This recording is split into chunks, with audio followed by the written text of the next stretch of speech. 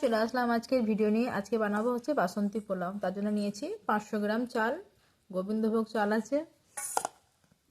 চালটাকে ভালোভাবে ধুয়ে জলটা ঝরিয়ে নিয়ে এবারে এর মধ্যে মিক্স করব হচ্ছে 4 চামচ মতন চিনি নিয়েছি।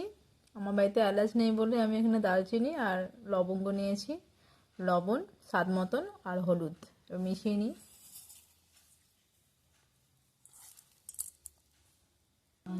আর হচ্ছে কি নিয়েছি কিশমিশ, আর হচ্ছে অল্প কয়েকটা কাজু ছিল, আর দুটো তেজপাতা। এগুলোকে এর সাথে মিক্স করে দেব। এবারে আমি ওর সাথে মিক্স করব হচ্ছে কি ঘি। এখন ঘিটা জমে গেছে, এবার এটাকে ভালোভাবে মিক্স করে নিতে হবে হাতের সাহায্যে। আমি নিয়েছি এখানে 2 চামচ মতন টক দই। দইটাকেও ভালোভাবে মিক্স করে নেব, দিয়ে 1 ঘন্টার জন্য ছেড়ে দেবো, ঢাকা দিয়ে রেখে দেবো। আমি ভালোভাবে সব কিছু এখানে মিক্স করে নিয়েছি। আমি এটা প্রেসার কুকারে সিটি দিয়ে বানাবো।